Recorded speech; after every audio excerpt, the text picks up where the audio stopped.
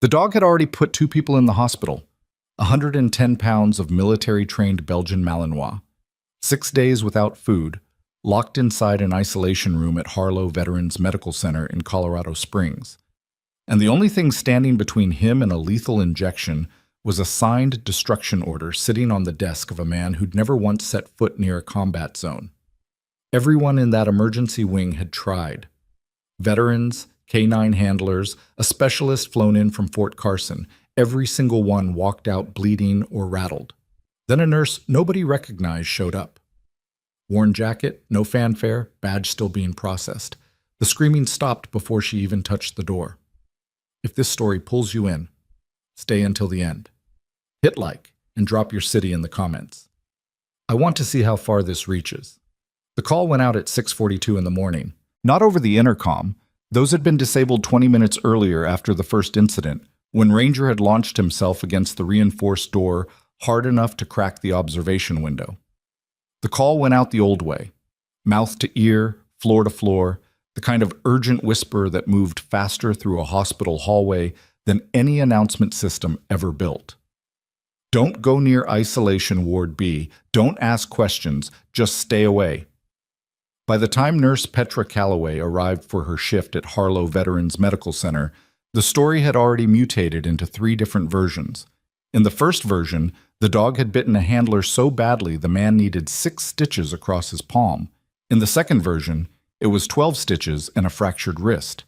By the third version, there had been blood on the walls and someone had quietly thrown up in the staff bathroom afterward. Petra didn't know which version was true. She didn't particularly want to find out. She clocked in, pulled her hair back, and went to check on her patients in the post-op recovery ward. A retired Army sergeant named Dubois, who complained about everything except the pain, and a young National Guard kid, barely 22, who never complained about anything at all. That was her morning. That was supposed to be her whole day. She was refilling Dubois' water pitcher when she heard the voice from the hallway. Not loud, not demanding, just clear. I need to see whoever's in charge of the K-9 situation. Petra looked up. Through the narrow window in the recovery room door, she caught a glimpse. A woman, maybe early 30s, standing at the nurse's station in a gray jacket that had clearly been washed too many times. Dark hair pulled back. A visitor's badge clipped crooked to her collar, the kind they printed out at the front desk for people who hadn't been formally processed yet. She was carrying a plain black bag over one shoulder, and she was looking at the charge nurse behind the desk with the kind of patient, unblinking focus that made people uncomfortable without raising a single voice. The charge nurse, Kevin, 26 years old, 8 months on the job, glanced up from his screen and then back down again like she wasn't there. "Ma'am, this isn't really a public area." "I'm not public." She set a folded paper on the counter. "I'm the civilian trauma assignment from Regional Command. I was told to report directly to the emergency wing." Kevin picked up the paper, looked at it, set it back down without reading it properly. "There's a process for credentialing. You'd need to check in with HR. I checked in with HR at 6:15. They told me to come here." A beat. "I've been standing at this desk for 4 minutes. Kevin opened his mouth, closed it, and reached for his phone. Petra went back to Dubois' water pitcher. Charset. Her name, as Petra would learn later, was Mara Voss. She found this out not from any formal introduction, but from the argument that broke out in the hallway outside the nursing station approximately 12 minutes after Mara had presented her paperwork. It wasn't a loud argument. It was the specific kind of low-pitched, controlled disagreement between professionals who both believed they were right and neither of whom wanted to make a scene in a medical facility, which somehow made it worse than shouting. Dr. Callum Reeves, the attending physician for the emergency wing, had the particular talent of making any sentence sound like a final decision. He was 51, broad-shouldered, with the kind of thick graying hair that looked good on television and the kind of institutional authority that had never once been seriously challenged. He ran the emergency wing of Harlow Veterans like it was a military operation, which the veterans appreciated even if his bedside manner occasionally reminded people of a particularly impatient general. "I appreciate you making the trip," he said, in a tone that made clear he appreciated nothing about it. "But we have a protocol situation here that's beyond civilian trauma management. The K-9 unit has already contacted their handlers through official..." The K-9 unit called Fort Bragg this morning, Mara said. Fort Bragg called Regional Command. Regional Command sent me. She paused. I'm not jumping a queue, Dr. Reeves. I'm the end of the queue.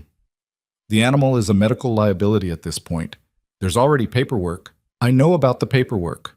Then you understand why we're past the intervention stage. I understand that the dog has been in isolation for 6 days. He hasn't eaten since his handler died, and every attempt to reach him has involved restraint equipment and raised voices. Her tone didn't change. It didn't need to. I'm asking for a different approach. Reeves looked at her the way men like him looked at anyone who hadn't yet learned where the boundaries were. Patient, slightly amused, already dismissing the conversation as something he'd need to manage rather than engage with. What's your background in veterinary trauma? It's not veterinary. Then what exactly? Human trauma, combat recovery, some crossover work. She picked up her bag. Let me see the room. No one is seeing that room without clearance from... I have clearance. She said it quietly. Check your email. There was a pause. Reeves pulled out his phone. Whatever he read on it, his expression didn't change. But something behind his eyes did. A small recalibration, the kind people made when they realized the ground had shifted slightly under their feet. He looked up. I'll need someone with you. Fine. And you stay outside the door. To start. He didn't like that answer. But he didn't argue it. Petra wasn't supposed to be anywhere near Isolation Ward B. She had told herself this twice, very firmly, while walking in exactly that direction. Her official reason, the one she rehearsed in her head in case anyone asked, was that she needed to check the supply closet adjacent to the B Ward corridor for a specific brand of wound dressing that post-op kept requisitioning and never receiving. This was technically true. It was also completely beside the point. She got to the corridor at 7:24 and stopped. The hallway outside Ward B was crowded in a way that hallways outside medical wards generally weren't.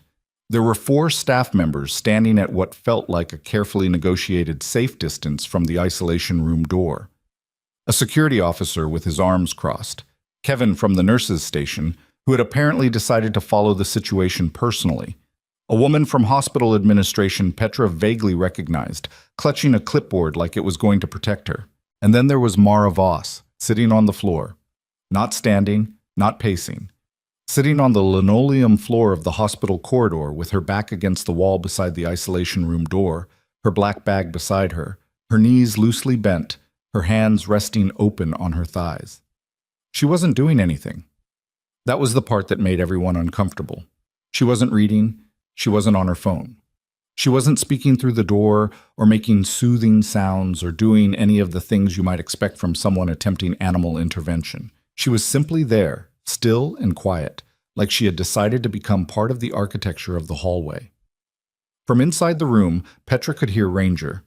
She had heard dogs before, some family pets, the occasional therapy animal in the hospital's community program, a neighbor's shepherd that barked at everything that moved. This was not that sound. This was something older and rawer, a low vocalization that cycled between a growl and something almost like a moan. The sound of an animal in a state of ongoing internal war. The kind of sound that made the hair on your arms stand up and told every ancient instinct you had to back away slowly. The staff near the door had backed away. The security officer had backed away. Mara hadn't moved.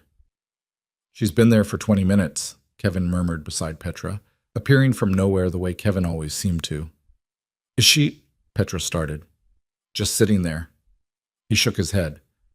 Dr. Reeves came by twice. She ignored him both times. Petra watched. From inside the room, the sound shifted. The cycling growl moan dropped in pitch and frequency. Not gone, but lower, like a volume dial turning by degrees. One of the staff members near the door, a male nurse named Gordon, who'd worked the veterans' wing for 9 years and prided himself on having seen everything, glanced at the others and said quietly, "Did it just get quieter?" Nobody answered him. Mara still hadn't moved. What? The first person to say something openly dismissive was Ren Nakamura, senior charge nurse for the emergency wing, who arrived at 7:51 having been paged by Kevin and apparently feeling strongly about the situation. Wren was efficient, experienced, and completely certain about most things. She had been at Harlow Veterans for 11 years. She had opinions about procedure, about hierarchy, and about what belonged in her wing and what didn't.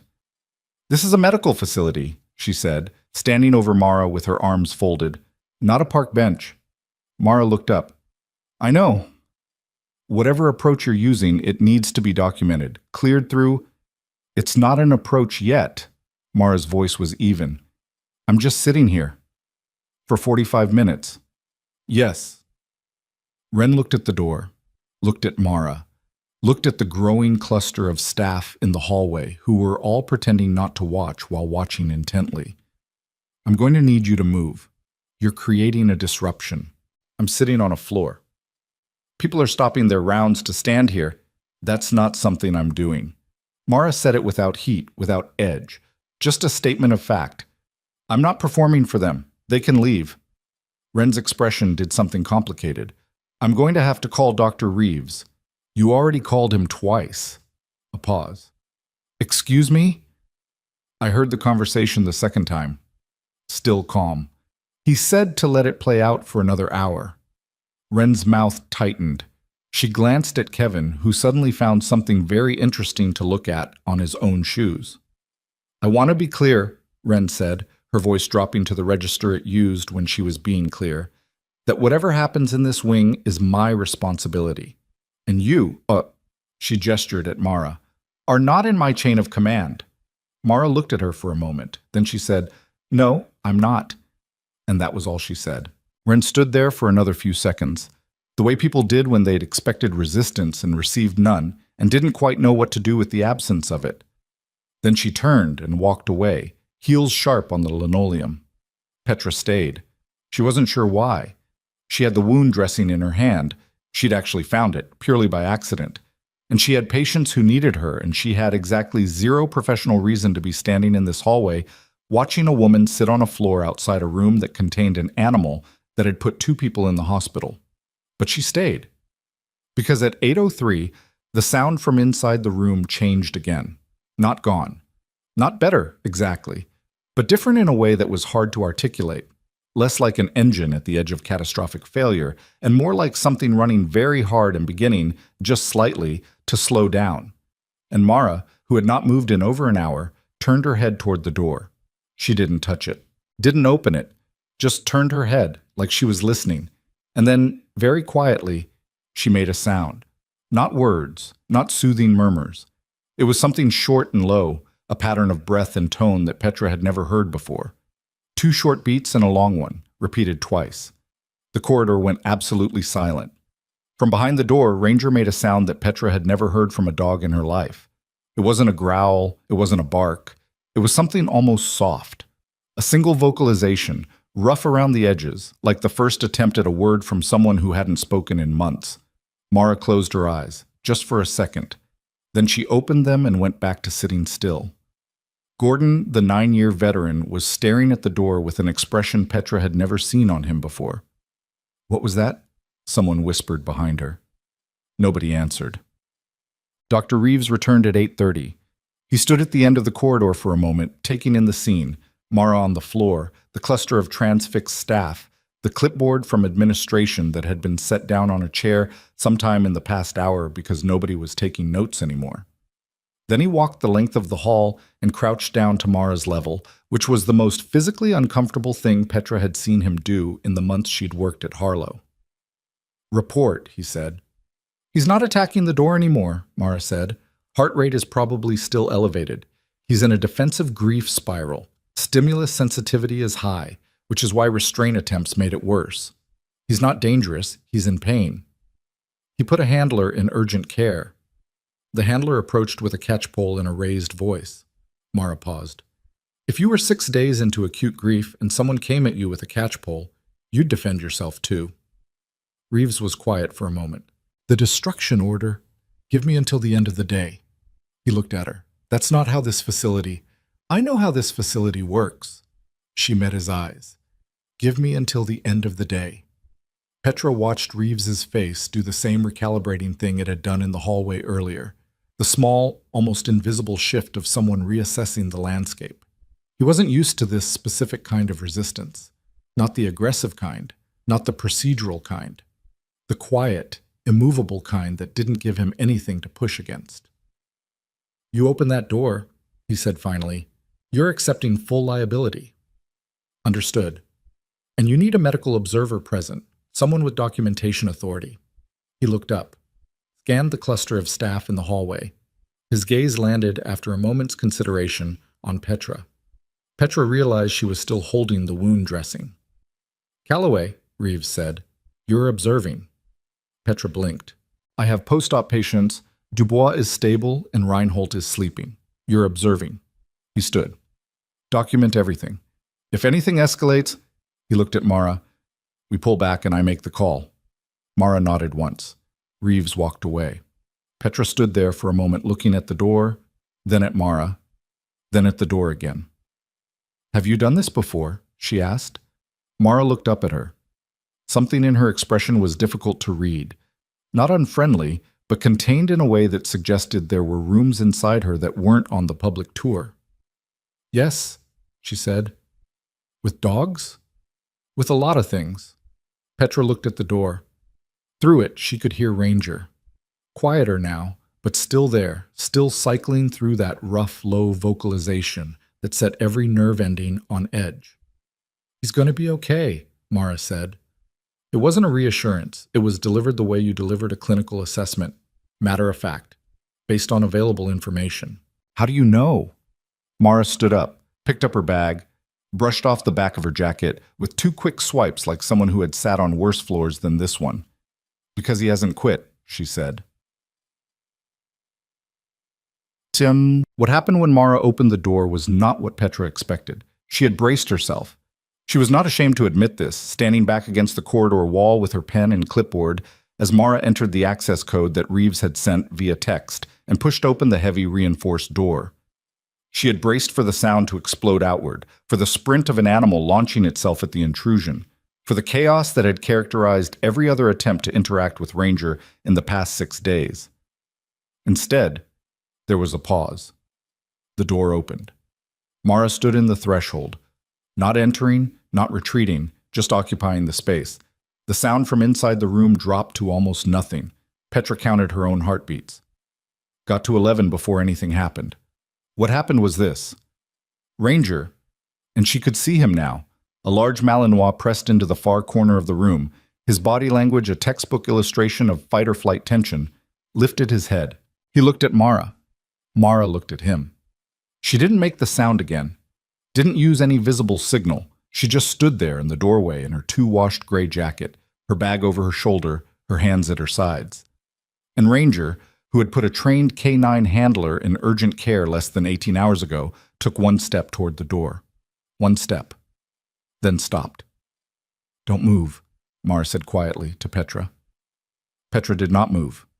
Mara sat down on the floor again, right there in the doorway, half in and half out of the isolation room, in a posture that looked relaxed and was probably the furthest thing from it, and she waited. Gordon appeared at Petra's shoulder from nowhere. "She's out of her mind," he breathed. "Probably," Petra whispered. They watched. Ranger stood in the middle of the room now. He'd moved from the corner without either of them seeing it happen. One moment he was pressed against the far wall, the next he was standing 8 feet from the door, his head lowered, his amber eyes fixed on Mara. His ears moved. His breath came in visible patterns, the ribs rising and falling with the effort of an animal running a long internal race. Mara reached into her bag. Petra felt Gordon tense beside her.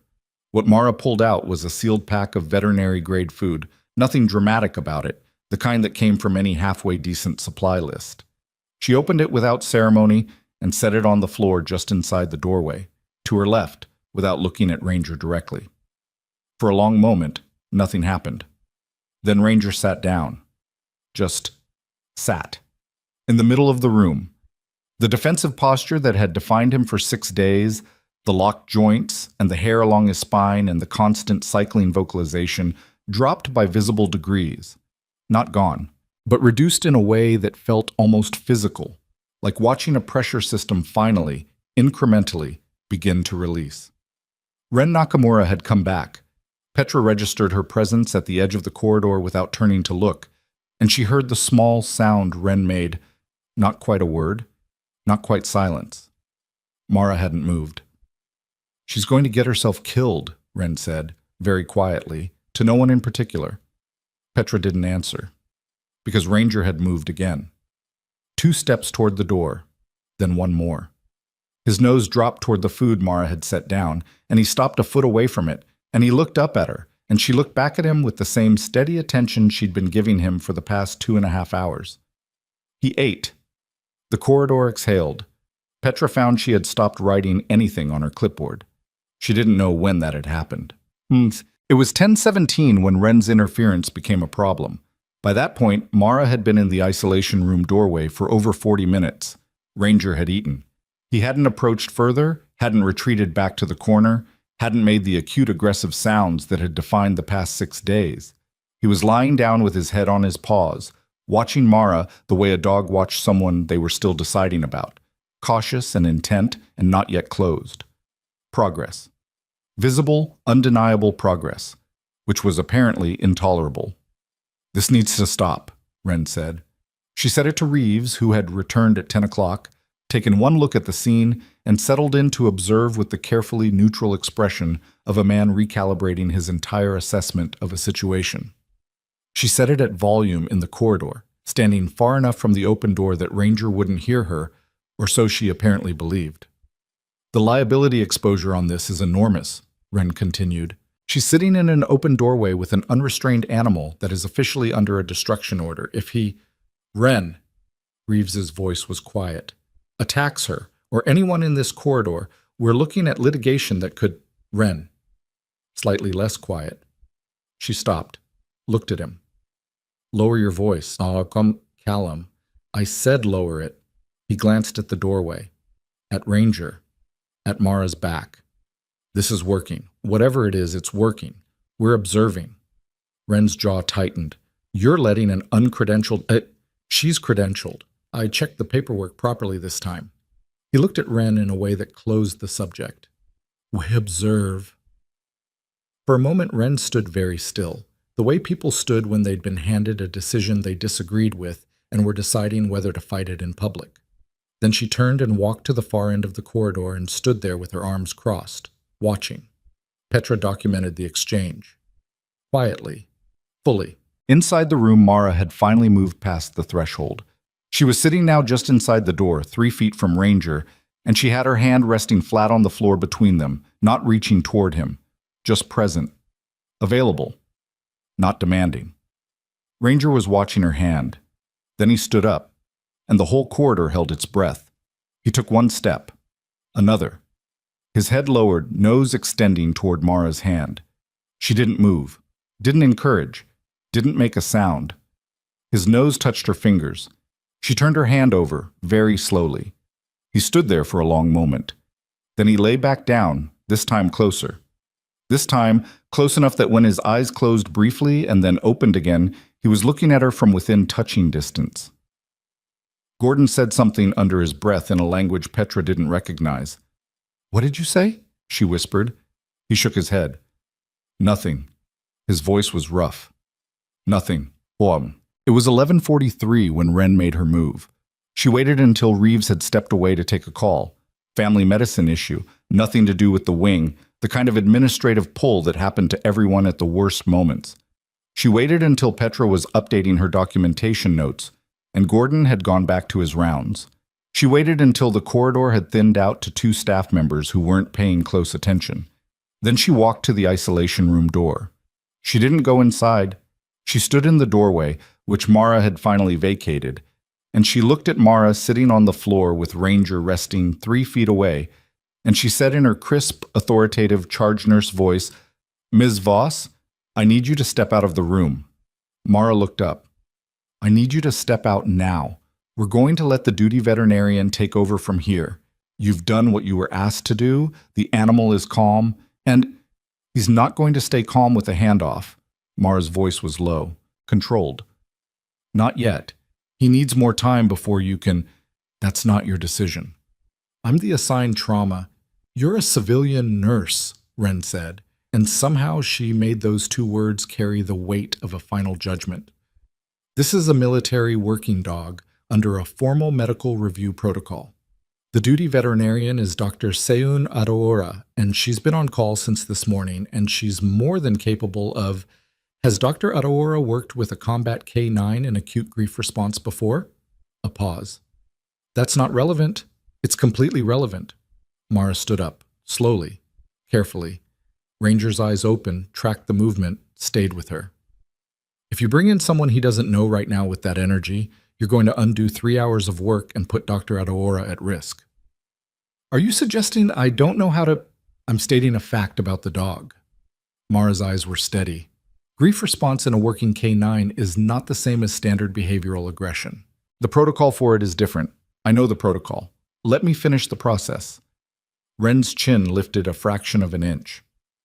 Your paperwork is from regional command. That's administrative authority, not clinical authority. You have no formal veterinary qualifications. You have no standing in this wing's medical hierarchy. And quite honestly, I don't know what you do have qualifications in. She reached for Mara's bag. It was a small gesture, an attempted point probably, a way of demanding the credentials that hadn't been satisfactorily produced. But her hand gripped the strap on Mara's bag and pulled.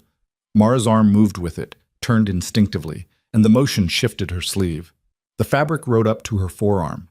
For a fraction of a second, Petra, who had come back into the corridor to see why it had gone so quiet, saw what was there before Mara pulled her sleeve back down.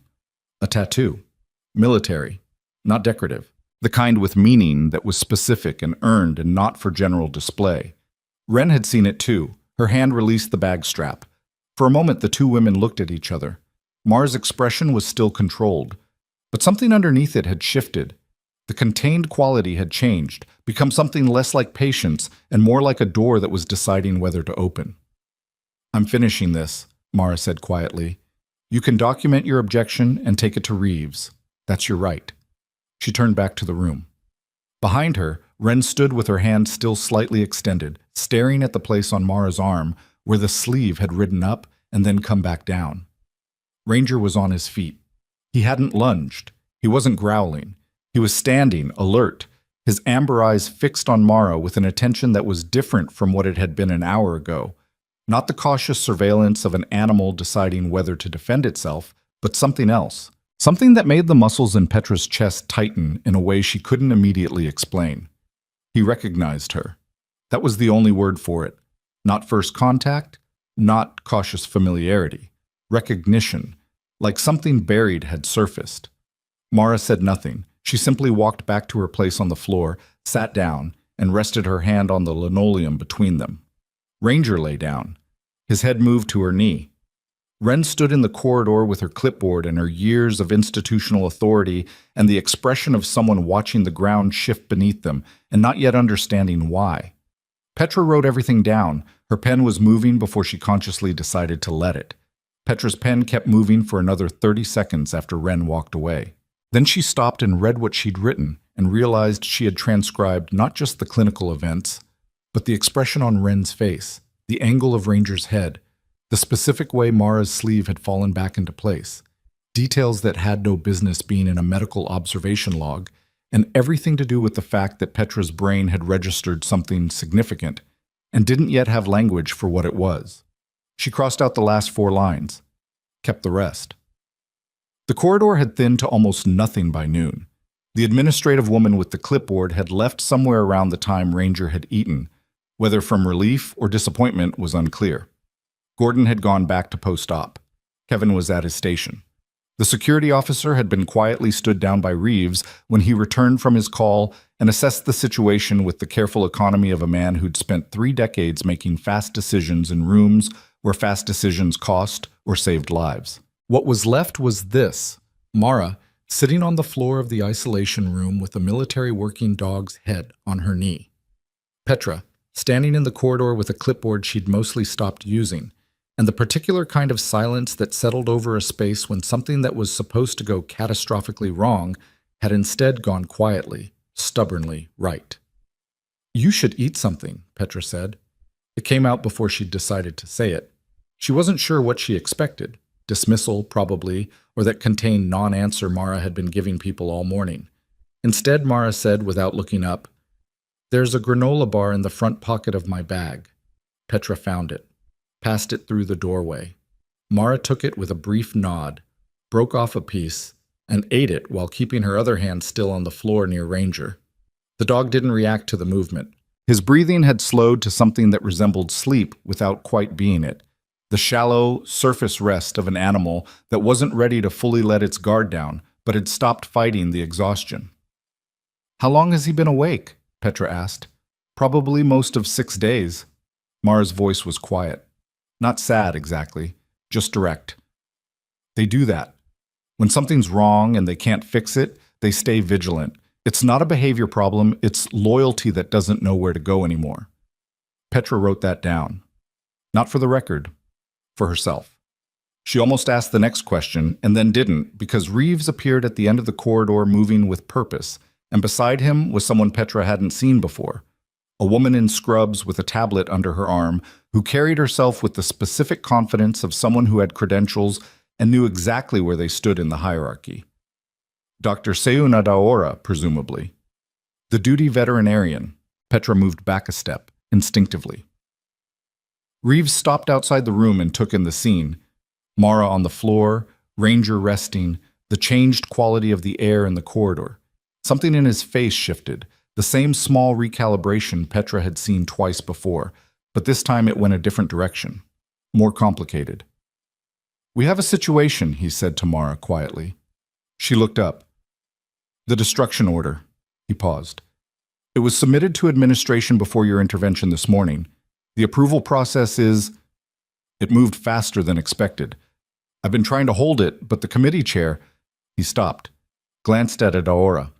"There's going to be a formal review in 2 hours." Mara was quiet for a moment. Ranger's ear twitched at the change in tone around the doorway, but he didn't lift his head. 2 hours, she repeated. "The committee needs documented evidence of behavioral change. Not anecdotal, not observational. Clinical documentation of reduced threat indicators, recorded vitals if possible, and a formal risk reassessment signed by a licensed medical authority." He looked at her. "Which you are not." "I know what I am."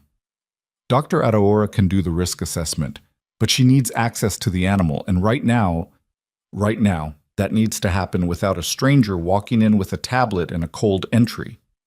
Mara glanced at Adaora. The veterinarian met her eyes with the measured look of someone who had come prepared to be annoyed but was revising her position in real time. "Give me 20 minutes with Dr. Adaora before she enters. I need to brief her on what's working and what isn't. Then we do a slow introduction." Reeves looked at Adaora. Adaora looked at Mara. "What happened the last time someone entered without the slow introduction?"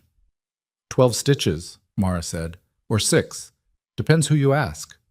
Adaora nodded once, short and firm. 20 minutes. The briefing happened in the corridor, close enough to the door that Mara could hear any change in Ranger's state, but far enough to talk without disturbing him. Petra stayed because nobody told her to leave, and because at this point she had committed to the narrative of this day whether she'd intended to or not. What Mara told Adaora wasn't what Petra expected. She didn't use clinical jargon. She didn't cite literature or reference protocols. She spoke about Ranger the way someone spoke about a person they had spent a long time observing. Specific, detailed, occasionally uncertain. He holds the left ear lower when he's about to escalate. He broke eye contact with me twice this morning, both times toward the corner where his handler's vest is. There's personal gear in there. Someone should have cleared it, but didn't. He responds to a specific 2-beat signal, but I don't know yet if that's handler-specific or if he was trained to it broadly. Adaora was taking notes on her tablet. Actual notes? Not performative ones. "The vest," she said. "What personal gear?" "I didn't go through it. It wasn't my place." "But you think it's affecting him?" "I think he can smell it from anywhere in the room, and I think until someone addresses that, his grief response is going to keep getting re-triggered no matter how settled he seems." Mara paused. "That's not my call to make. That's military property, and it needs to go through the right channels." "I can flag it? Flag it fast. You've got 90 minutes before the committee review." Adaora looked at her for a moment. How do you know so much about working dog grief response? Mara ate the last piece of her granola bar. Experience. That's not an answer. No, Mara agreed. It's not. Adaora held her gaze for another second, then looked back at her tablet. The silence between them wasn't hostile. It was the silence of two people who had just established a working respect without needing to fully understand each other, which was sometimes more useful than understanding. The introduction went slowly, and it went well. Adaora moved with the careful deliberateness of someone who had been properly briefed and actually listened to the briefing. Low body posture, no direct eye contact on entry, equipment hidden under one arm rather than extended. Ranger watched her the way he'd watched everything, with total attention and open threat assessment. He didn't escalate. He didn't approach. He watched. That was enough. Adaora completed her assessment from 6 feet away, and it took 11 minutes, and when she walked back out into the corridor, her expression was the expression of someone who had written a very different report than the one they'd come in expecting to write. I can support the revocation, she said to Reeves. The behavioral indicators for active threat are significantly reduced. He's in a grief response pattern, not an aggression pattern. Different treatment protocol, different outcome projection. She paused. I'm adding a recommendation that the handler's personal effects be formally processed and removed from the isolation environment. Reeves nodded slowly. Then he looked at Mara. The committee still needs the documentation by 1:15. Then we have 70 minutes. Mara looked at Petra. Petra looked down at her clipboard. At the hours of notes she'd been taking without fully realizing how detailed they'd become. The timestamps, the behavioral observations, the specific sequences. I documented everything, she said. Mara looked at her properly for the first time all day. Not the brief glances of someone accepting a granola bar or acknowledging a question, actually looked at her with the particular attention she'd been giving Ranger. Assessing, deciding. Good, she said. The documentation took 45 minutes, and it was not a clean process. They worked in the break room 2 corridors away from the isolation ward. Petra's notes spread across the table. Adaora's tablet beside them. Mara writing longhand on hospital stationery because apparently she preferred it, and nobody had time to argue. The report needed to meet 3 different sets of standards simultaneously. Hospital medical protocol, veterinary clinical assessment criteria, and a military working dog welfare framework that Adaora pulled up on her tablet and that Petra had never seen before. Mara knew all 3. Not theoretically, operationally. She cross-referenced requirements without looking them up, caught a gap in Adaora's risk assessment language, and corrected it with the specific terminology the military framework required, and at one point rewrote an entire paragraph of Petra's observational notes with the kind of precision that made Petra look at her own original text and feel embarrassed. How do you know the military documentation standards? Adaora asked at one point, not aggressively, genuinely puzzled. Mara didn't look up from the page she was writing. I used to fill them out. As a veterinarian? No. Adaora waited for more. It didn't come. She went back to her tablet. Petra said nothing. She was watching Mara's hands as she wrote, the way she held the pen, a particular callus on the outer edge of her right palm from long-term grip conditioning, a scar across 2 knuckles that was old enough to be fully healed and specific enough to be intentional. The kind of scar you got from training, not from an accident. She said nothing about this either. They finished the report at 1:08, 7 minutes to spare. It was Reeves who carried it to the committee, which was the correct procedural move. And also, Petra suspected a quiet acknowledgement that a man with his institutional standing presenting the documentation carried more weight than a civilian with a visitor's badge and a borrowed floor. He didn't say this. He just took the report and walked. The 3 of them went back to the corridor. Ranger was sleeping, actually sleeping this time, the slower, deeper rhythm of an animal that had finally let the exhaustion win. His side rose and fell. In the angle of afternoon light through the corridor window, he looked smaller than he had this morning. Not diminished, just, finally, briefly, at rest. Mara stood outside the open door and watched him sleep, and for the first time all day she let something show on her face that wasn't control. It was brief and complicated, and Petra filed it away without comment. He's going to be okay, Petra said. She meant it this time differently than Mara had said it this morning. Not as a clinical assessment, but as the thing you said to someone who needed to hear it even if they already knew it. Mara glanced at her. Yeah, I mean it. The report was, I know. She paused. You did good work today. The documentation. It was not a grand compliment. It was the kind of thing you said to someone whose work had actually mattered, and you wanted them to know it without making a production out of it. Petra felt it land somewhere in the chest the way those small, specific acknowledgments sometimes did. Then Wren came back. She arrived at 1:31, which was 23 minutes after she'd been told the documentation had been submitted and while the committee was still in review. She wasn't alone. She had Kevin with her, which was odd, and she was carrying a folder, which was worse. Petra's stomach dropped before she understood why. I've pulled your assignment records, Wren said to Mara.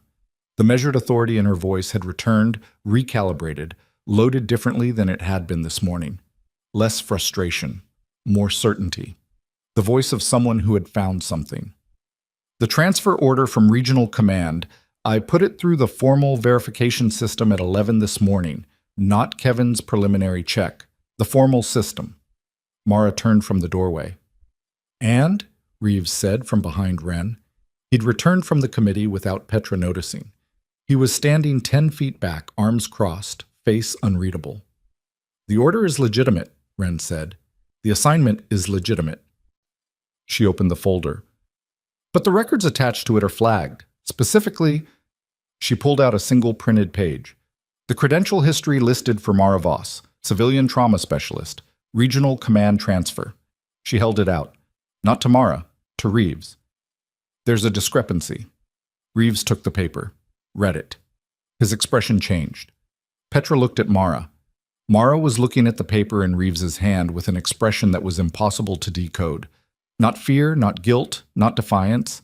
Something much quieter than all of those. Something that looked almost like recognition. Like someone watching a thing they knew was coming, finally arrive. What kind of discrepancy? Aurora said from the other side of the corridor. Wren looked at Mara. The civilian record shows 11 years of trauma nursing, standard placements, 2 commendations. A pause. But before those 11 years, there's a gap, 7 years. No employment history, no educational records, no documentation of any kind. She looked at Reeves. A 7-year gap in someone's professional record doesn't just happen. The corridor was very quiet. Unless, Wren continued, those 7 years are sealed. Reeves lowered the paper slowly.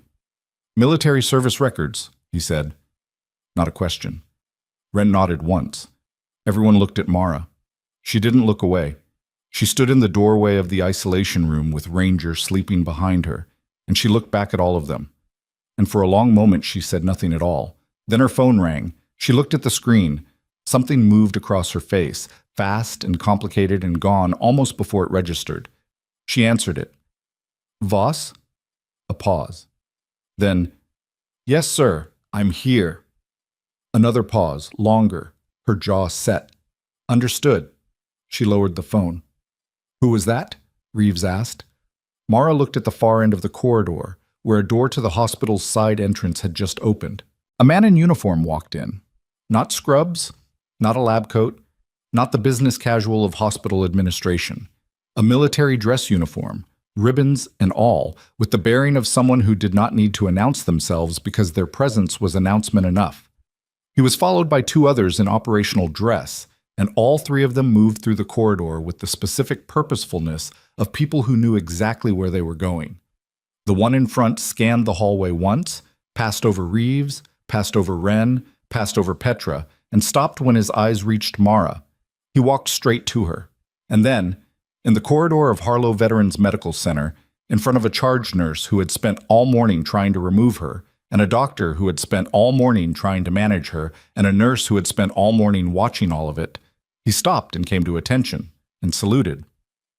The silence that followed was the kind that rearranged things. Wren's folder slipped from her hand. She didn't notice. The folder pages scattered across the linoleum, and nobody moved to pick them up. Petra counted 3 full seconds of silence before anyone breathed audibly. The man in dress uniform held his salute with the practiced stillness of someone who had done it 10,000 times. And Mara, who had spent the entire morning being dismissed, managed, questioned, and cornered, stood in the doorway of the isolation room and returned it. Clean, precise, the movement of a body that remembered exactly how. Then she dropped her hand and said, "Colonel Harwick, Lieutenant Voss." His voice carried without effort, the kind of voice trained to project across noise and distance. He lowered his salute. "I got the call an hour ago. Regional Command said you'd engage the situation personally. There wasn't another option on the table that was going to work. There rarely is with you." He said it without judgment, which was somehow heavier than if he'd said it with irritation. He looked past her at Ranger, sleeping in the room behind, held that look for a moment. Something moved through his expression, not quite grief, but proximate to it. "How is he?" "Stable. Finally eating. He needs structured recovery time, and the handler's personal effects need to be formally processed and removed from the isolation environment. Dr. Adaora has the specifics." Harwick nodded once, slowly. Then he looked around the corridor, at Reeves, who was holding the credential discrepancy paper with the careful stillness of a man who had just realized he was standing in a room that was larger than he'd thought. At Wren, whose folder was still on the floor. At Petra, who had stopped pretending to write anything. "Who's the charge physician?" Harwick asked. Reeves stepped forward. "Dr. Callum Reeves, emergency wing attending." He didn't extend his hand. Neither did Harwick. "We weren't informed there would be a military presence today beyond the original transfer order. That order was for Voss's assignment. Our presence today is—" Harwick paused, choosing the word with deliberate care. "Supplementary." "To what end?" Harwick looked at him for a moment. Not unfriendly, not particularly warm. "Dr. Reeves, how much do you know about the service record of the person you've had sitting on your hallway floors all morning?" Reeves said nothing. "Because I'd suggest," Harwick continued, "that before you answer any more questions about what authority she does or doesn't have in this facility, you read the full file." He looked at one of the two people who'd come in behind him, a younger officer, captain's insignia, carrying a sealed document folder. "Daniels!" Daniels stepped forward and held the folder out to Reeves. Reeves took it, didn't open it immediately. "You don't have to read it in the hallway," Mara said. Her voice was flat, not unkind. "There's a conference room on the second floor." "I'm aware of where the conference room is," Reeves said. "Then use it." She turned back to the isolation room. "I need to stay with the dog until Adaora confirms the behavioral hold is stable enough for a supervised handoff." Harwick looked at Reeves. The look said, "She's right, and you know it, and you can have your read of the file and your feelings about all of this simultaneously." Reeves looked at the sealed folder in his hand. Then he walked toward the stairwell. Wren stood very still in the middle of the corridor. At some point, she had retrieved her folder from the floor, but she was holding it against her chest now like a shield that had already proven ineffective. "Go," Mara said, without turning around. Wren went. Harwick stayed. He stood in the corridor outside the isolation room with the two junior officers behind him, and he watched Mara return to the floor beside Ranger, and he said nothing for a while. Petra, still present and still technically on observation duty, watched him watch her and tried to construct a theory from the available information. What she had: a salute, a first-name basis, a sealed file that had made Reeves go pale and quiet, and 7 years of sealed records. What she didn't have: the connecting tissue. The thing that explained how a woman in a worn gray jacket who'd been handed a visitor's badge at 6:15 in the morning had just been saluted by a man with enough rank on his collar to make hospital administration rethink their furniture arrangement. Ranger stirred, lifted his head at Harwick's continued presence in the doorway, then tracked to Mara, then settled again. Not indifferent, calibrated. He was reading the room the same way Mara read it, Petra realized. Both of them monitoring, both of them deciding, both of them operating on a frequency that the rest of the corridor wasn't quite tuned to. "The committee's going to rule in the next 20 minutes, Harwick said. "Daniels confirmed before we came in." "I know," Mara said. "If they don't revoke the order—" "They'll revoke it." "Mara." She looked up at the use of her first name. Something shifted between them. The formal register dropped by 1 gear, the professional distance narrowed just enough to carry weight. "The documentation is solid," she said. "Adora's risk assessment is clean. The behavioral indicators are all in there, time-stamped, cross-referenced." She paused. "If they don't revoke it based on that record, then the record isn't the problem." Harwick was quiet for a moment. "And if the record isn't the problem, then we find out what is." He nodded slowly. Then he looked at Petra for the first time since he'd walked in, a direct, assessing look that lasted about 2 seconds and felt considerably longer. "You're the observing nurse?" "Petra Calloway." "Yes, sir." "Your documentation went into the committee report?" "Yes, sir." He held her gaze for another second. Then he said, "Good," and looked away. Petra wrote good in her notes and then felt slightly ridiculous and crossed it out. The committee ruled at 1:58. The ruling came not by announcement, but by the specific quality of Reeves's footsteps when he returned from the second floor, measured, deliberate, the controlled pace of a man who had read something that changed his coordinates and was recalculating while moving. He stopped outside the isolation room door. "The destruction order is revoked," he said, "effective immediately. Ranger is transferred to supervised recovery protocol pending formal military rehabilitation assessment." He looked at Mara. "Dr. Adora will coordinate with your unit on the handler effects processing." Mara nodded once. Reeves had the sealed folder under his arm. He had clearly read a significant portion of it. His face was doing the specific thing faces did when they were committed to not showing what they'd just processed. The muscles a fraction too controlled, the gaze a degree too steady. "There are things in that file," he said carefully, "that I should have known before this morning." "Probably," Mara said, "but that's not how sealed records work." "No." He was quiet for a moment. "You could have told me. At some point. It would have made you treat me differently." Her voice wasn't accusatory. It was matter-of-fact in the way that made the statement land harder than an accusation. "I know." Reeves looked at her. The careful neutrality in his expression shifted, cracked slightly at one edge, the way material cracked under sustained pressure.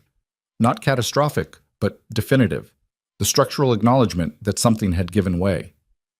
"The dog is stable," Mara continued, before he could formulate whatever he was building toward. "That's what matters today." "Yes," Reeves said. "It is." He walked past Harwick with a brief nod.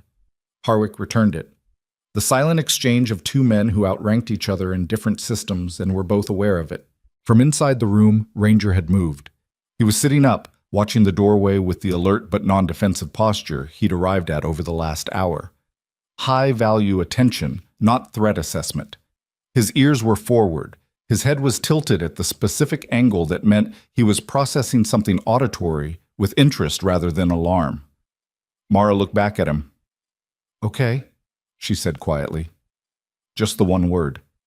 His tail moved, a single stroke, then stopped, like he wasn't quite sure yet if that was appropriate.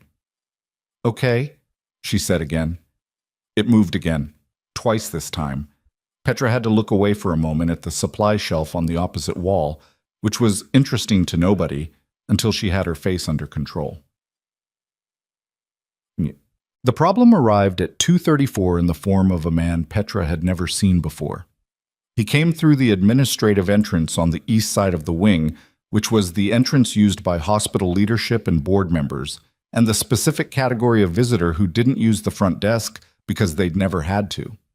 He was 60 or close to it, dressed in a suit that said money the way some suits said effort.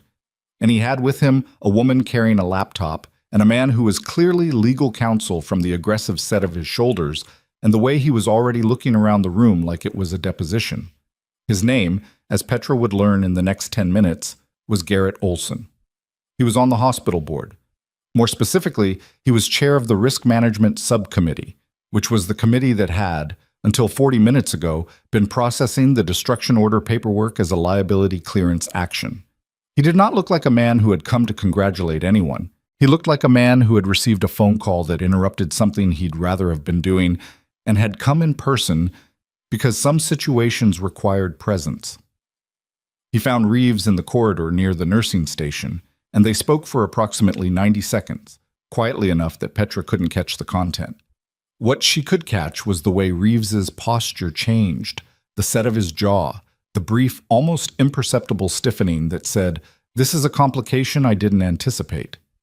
Then Olson looked down the corridor at the cluster of people near isolation ward. B. His gaze landed on Harwick's uniform, moved on, landed on Mara. He started walking toward them. Harwick saw him coming, said nothing, but his feet shifted slightly, weight redistributing, the subtle postural change of someone who had assessed an approach and decided how to receive it. Mara didn't look up from the doorway until Olson was 10 feet away, at which point she turned and looked at him with the same expression she'd been giving everyone all day. Open. Still. Completely unintimidated. "Ms. Voss," Olson said. He had the voice of a man used to rooms that quieted for him. "I'm Garrett Olson. I chair risk management for this facility." "I know who you are," Mara said. She glanced at Reeves. "The committee ruled." "The medical committee ruled," Olson said. "The board hasn't." A pause. "The destruction order was entered as a formal liability clearance," he continued. "That makes it a board-level document, not just a medical one. Revoking it requires board sign-off in addition to the committee recommendation." He paused, letting that land. "I came in personally because there appear to have been some procedural irregularities in how this intervention was conducted. Uncleared entry protocols, undisclosed service background, an observation record compiled by a nurse without veterinary qualifications." "The observation record is clinically sound," Adaora said from across the corridor. "Sharp, clean, not loud." Olson glanced at her. "Dr. Adaora, your assessment is part of the record. It's under review." "Under review by whom?" "The board's medical consultant." "Who is?" A beat. "Dr. Fenwick." Adaora's expression didn't change, but something in her eyes did. Petra filed it away. "The board review will take," Olson started. "How long?" Harwick said. His voice was quiet. It didn't need to be loud. Olson looked at him, at the uniform. Did the calculation that men like him always did when they encountered institutional authority that outranked their own in a category they weren't prepared for. 48 hours, Olson said. No, Harwick said. A pause. Olson's legal counsel shifted. Colonel, the animal is a military working dog under active service designation. The revocation of a destruction order on military working assets is not subject to civilian board review timelines. Harwick's voice hadn't changed register at all. That's not a negotiating position. It's Title 10. Olson looked at his legal counsel. The counsel leaned in and murmured something. Olson's jaw worked. The original order was entered through civilian medical channels, he said. That gives the board legitimate oversight. The original order was entered in error, Mara said. Ranger is not a civilian medical liability. He's a service animal suffering a documented grief response. The clinical record shows it. The military record confirms it. She paused. The board reviewing that isn't oversight. It's delay. I'm not interested in your characterization of, then be interested in the documentation. She stepped back from the doorway. Come look at the dog. The offer landed oddly in the corridor. Olson blinked. I'm not going to, not to interact with him, just to look. Her voice was level. You came down here to assess a liability. Look at the liability. Olson looked at Reeves. Reeves looked at the floor with the expression of a man choosing not to contribute. Then Olson, with the stiff, reluctant movement of someone accepting a dare they couldn't back down from without cost, walked to the doorway. Ranger looked at him. He didn't growl, didn't move from where he was sitting, 3 feet back from the door, relaxed but present. He looked at Olson with the direct, uncomplicated attention of an animal assessing a stranger, and then he looked away. Not threatened, not threatening, simply uninterested in the politics of the corridor. Olson stood there for a long moment. He's been 6 days in crisis, Mara said behind him. He's been awake for most of it. He's grieving a handler he watched leave and never come back. And the first thing this facility did when he started struggling was write a paper to have him killed. She wasn't angry, she was just stating the record. The documentation revokes the order because the order was wrong. The board can review the process afterward. Right now, Ranger needs the order off the table so treatment can actually begin. Olson was still looking at the dog. Ranger looked back, once, then put his head down on his paws. Something in Olson's posture changed. Not a collapse. He wasn't built for collapse, but a loosening at the shoulders, the kind of physical concession that the brain made before the mouth caught up. 48 hours becomes 24, he said. I can push through an emergency board review by tomorrow morning. 18 hours, Harwick said. By 10 a.m.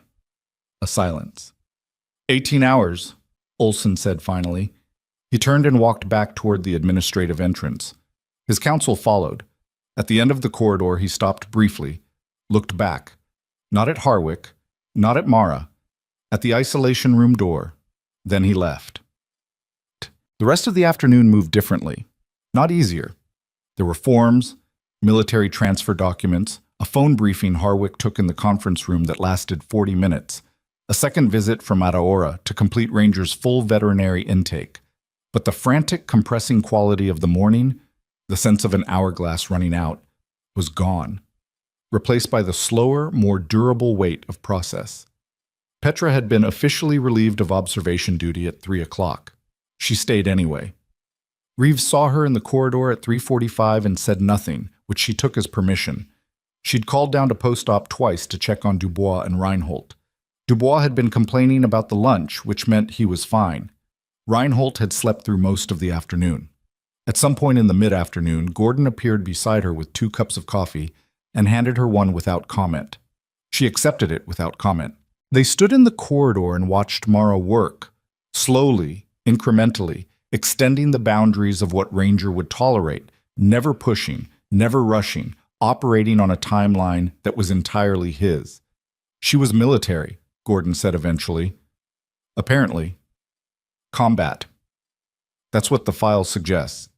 He drank his coffee. How long? 7 years sealed, before the civilian nursing career. Gordon was quiet for a moment. K9 units. Don't know the specifics, but she knew the signals, the commands he responded to. Yes.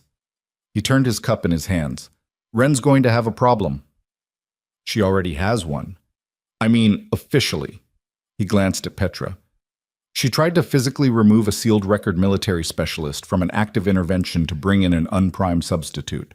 If Ataora had entered that room cold this morning, I know. Someone else goes to urgent care.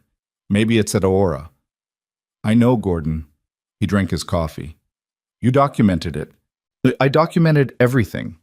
He nodded once, the nod of someone who understood exactly what that meant and what it was going to mean later. Good. The corridor was quieter now. The cluster of curious staff had dispersed over the course of the afternoon as the situation downgraded from crisis to process.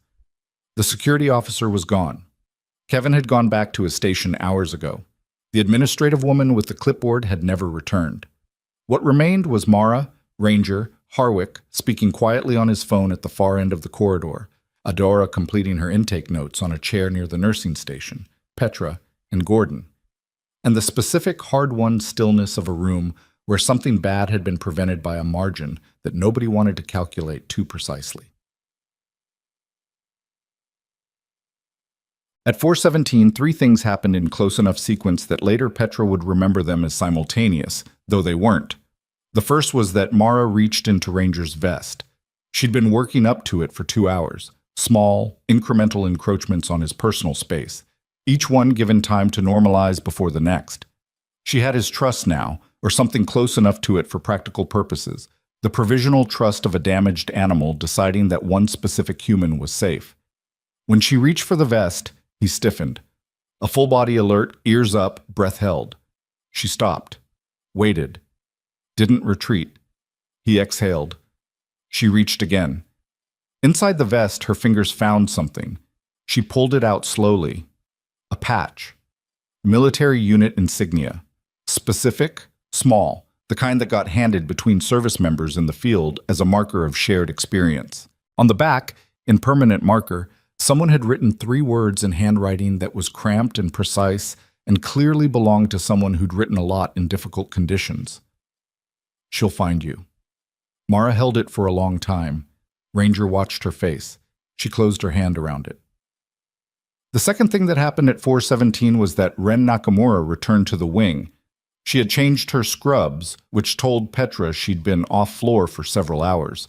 Whether in HR, in a conference room, or somewhere else entirely was unclear. She walked to the nursing station, picked up a chart, and was in the process of behaving as though the morning had not happened when Reeves materialized from the direction of the conference room. He said her name once. She turned. "My office," he said. "Now." His voice was not loud, and it was not angry, and it was more serious than either of those things would have been. Ren looked down the corridor. At Mara. At the isolation room. At Petra, who happened to be looking directly at her. Something crossed her face. Not contrition, not yet. Closer to the specific discomfort of someone who had been certain all day and was only now beginning to reckon with the cost of that certainty. She followed Reeves. The third thing that happened at 4:17 was that Harwick walked to the isolation room doorway, looked at Mara, and said quietly, "They need you to brief command at 0800 tomorrow." Mara looked up. "Not a request," he said, not unkindly. She nodded. Then she looked back at the patch in her hand, at the 3 words written by a soldier who was gone, and she said, "His name was Corporal Danny Varga." Harwick was quiet. "He was 24, Mara said. "He'd had Ranger for 3 years. He used to write letters to his mother every week, even when he was in the field." She paused. "She doesn't know yet that Ranger is here. She doesn't know She doesn't know about the order." "Mara?" "Someone should call her." She looked up. "I'll do it if command won't." Harwick held her gaze. "I'll make sure it gets done through the right channels. Tonight." "Tonight." He held out his hand. After a moment, she placed the patch in it. He closed his fist around it and stood there for a second with the specific stillness of a soldier, holding something that carried weight beyond its size. Then he straightened. "Get some rest when this hand's off. You've been on since before 06. "I'm aware." He looked at Ranger. The dog had settled back into his resting position, but his eyes were open, watching Mara with the steadiness of an animal that had made a decision and was holding it. "He looks better," Harwick said. "He'll look better in a week," Mara said, "and better than that in a month. It's not fast with grief. It's just work." And the handoff to overnight supervision happened at 5:30. Aurora had sourced a second veterinary nurse from the facility's animal therapy program, a quiet, methodical woman named Suarez, who listened carefully while Mara briefed her, asked 3 specific and useful questions, and positioned herself outside the isolation room with the unhurried competence of someone who understood that her job tonight was presence, not intervention. Mara briefed her for 15 minutes, every signal, every response pattern, the 2-beat call and what it meant and when to use it and when not to. The vest was out of the room now, bagged and tagged and in Harwick's custody. Without it, Ranger's hypervigilance had dropped another visible degree. The constant low-level rerouting of his attention toward the corner where it had sat was gone. He ate again at 5:15. Properly this time, not the cautious test eating of the morning. With appetite. Adora noted it with the careful neutrality of a professional trying not to let relief color a clinical record. It colored it slightly anyway. Petra stayed until 5:45, when Gordon told her she was going to fall over if she didn't leave and eat an actual meal, which was accurate enough that she didn't argue.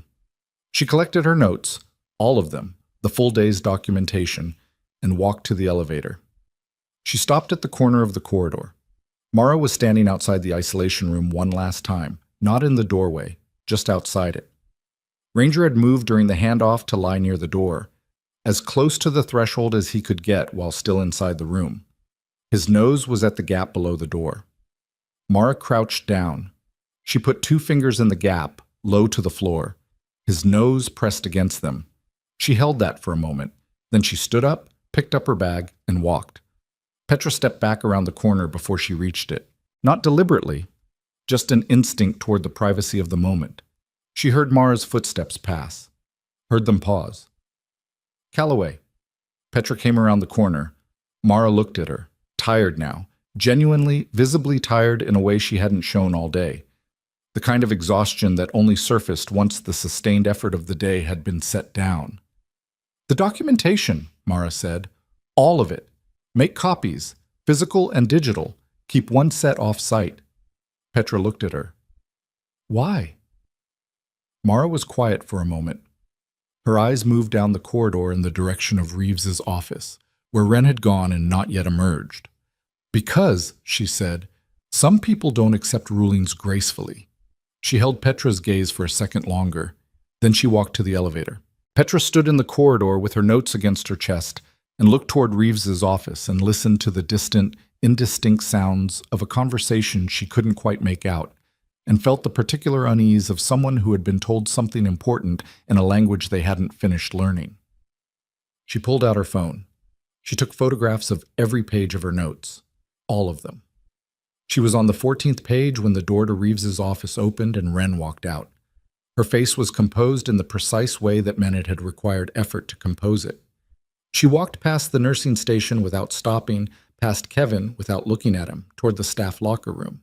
She stopped at the corner, turned, looked directly at Petra. Neither of them said anything. Then Wren continued walking, and the hallway absorbed her footsteps. And Petra looked back at her phone and finished photographing the last 3 pages with hands that were not entirely steady.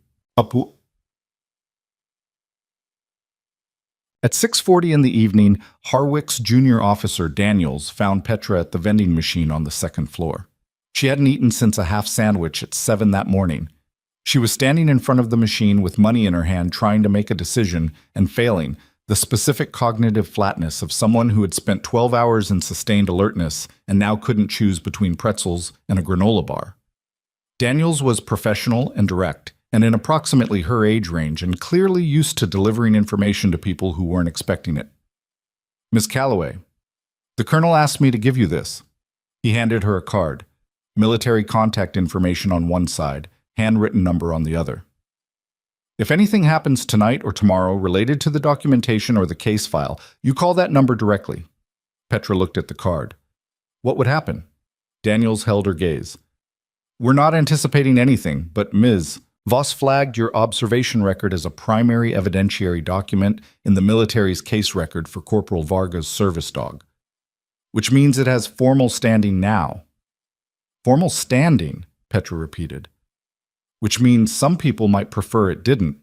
Petra looked at the card. "Keep your copies," Daniels said.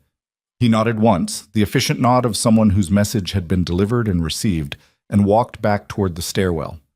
Petra bought the granola bar, stood at the window at the end of the 2nd-floor corridor and looked out at the parking lot, where Harwick's vehicles were still present, which was either reassuring or not depending on how you looked at it. Her phone buzzed, a text from an unknown number. She opened it. 4 words. "Board meeting called. Tonight." No name, no context. Petra read it twice. Then she pulled up her photographs and counted the pages. 17 total, full documentation, time-stamped, complete, and forwarded them to her personal email and to the number Daniels had given her. She pressed send, and then her phone rang. Not the unknown number, not Daniels, not Reeves. It was Wren. Petra stared at Wren's name on her screen for 2 full rings before she answered. "Calloway." Silence on the other end. Not dead. She could hear ambient noise, a hallway, the distant sound of a door. Then Wren's voice, stripped of the crisp authority it carried on the floor. What replaced it wasn't weakness exactly. It was the sound of someone who had spent 8 hours being certain and was now standing in the wreckage of that certainty trying to figure out what to do next. "The board meeting tonight," Wren said. "You got the text?" "Yes." "It's not what you think." Petra leaned against the window. Outside, the parking lot lights were coming on in the early evening gray. "What do I think?" "That I called it. That this is me trying to overturn the ruling." A pause. "I didn't call it. Olson did." Petra said nothing. "I need you to know that," Wren said. "Whatever happens tonight, I didn't make that call." "But you knew about it." A longer pause. "Yes." "How long?" The silence stretched. In it, Petra heard the specific hesitation of someone deciding how much truth they could afford. He called me at 4, after he left the wing. 4 o'clock. 50 minutes after the revocation was confirmed. 50 minutes after Olson had stood in the doorway looking at Ranger and agreed to the 18-hour timeline. He'd called Wren 40 minutes later and apparently told her something worth calling about. What did he say? Petra asked. He said the committee ruling was procedurally compromised, that the documentation had been compiled by an uncredentialed observer, meaning you, and that Dr. Adaora's assessment relied on methods introduced by a specialist whose record contained, his word, inconsistencies. Another pause. He said the board had grounds to override the committee on liability basis. He's using your interference this morning, Petra said. Not accusingly, just following the logic where it went. Your attempt to remove Mara and bring in Adaora without briefing, he's framing it as evidence of procedural irregularity, which makes the whole morning look contested. Silence. Is that what he told you? Petra asked. He told me the board needed testimony from staff who were present. Wren's voice was stripped down now, the way voices got when people stopped performing composure. He told me my account of the morning would be useful. There it was. Petra closed her eyes for 3 seconds, opened them. Outside, a military vehicle was still parked in the lot, steady and dark. Wren, she said, are you calling me because you want to give him that testimony, or because you've decided you're not going to? The silence this time was the longest one. I don't know, Wren said, and the fact that she said it that plainly, without the institutional armor that had characterized every word she'd spoken all day, told Petra more than a decisive answer would have. Where are you right now? Staff parking, in my car. Stay there, Petra said. Don't call Olson back tonight. Don't confirm anything. Just stay where you are. Callaway. The documentation is already filed with military command, time-stamped. Harwick's office has copies. Whatever Olson builds tonight, he's building it against a record that's already in federal custody. She paused. If you testify for him, you're on record against a federal case file. If you don't, you're a witness who declined. Those aren't the same thing. A long silence. How do you know all that? Wren said. Daniels told me. Harwick's officer. Petra looked at the card in her hand. Mara flagged my notes as primary evidentiary documentation, which means this stopped being a hospital matter the moment Harwick's unit took custody of the file. She heard Wren exhale, a long, slow breath, the kind you took when a structure you'd been holding against pressure finally cracked all the way through. I've worked in this facility for 11 years, Wren said. It wasn't an excuse. It was something more complicated than that. The articulation of a thing she'd built, and was only now seeing, had been built on assumptions she hadn't examined. I know, Petra said. I was wrong this morning. Yes. I don't...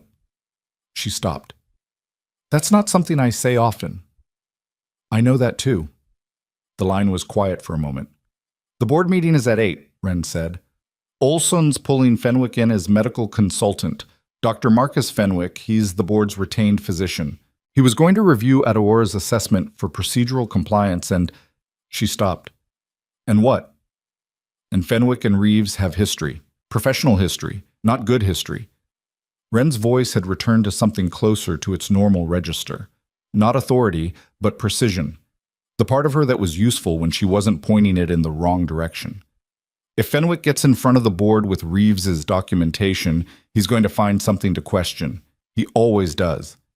Petra was already dialing Daniels on her other line. Wren, write down everything Olson said to you. Times, exact words as close as you can remember. Send it to this number. She read out Daniels' contact. Tonight, before 8. That's... If I do that, You're a witness making a voluntary disclosure. That's different from the other thing you could be. Petra picked up her granola bar and her notes. And Wren, it's the right thing. She hung up before Wren could find another way to hesitate. She reached Daniels on the second ring. He listened without interrupting, which was the professional courtesy of someone trained to intake information before responding. When she finished, he said, Board meeting at 8. Fenwick as consultant. Olson soliciting staff testimony. Yes. And Nakamura? She's deciding. A brief silence. Forward me everything she sends you immediately when it arrives. I'm calling the colonel.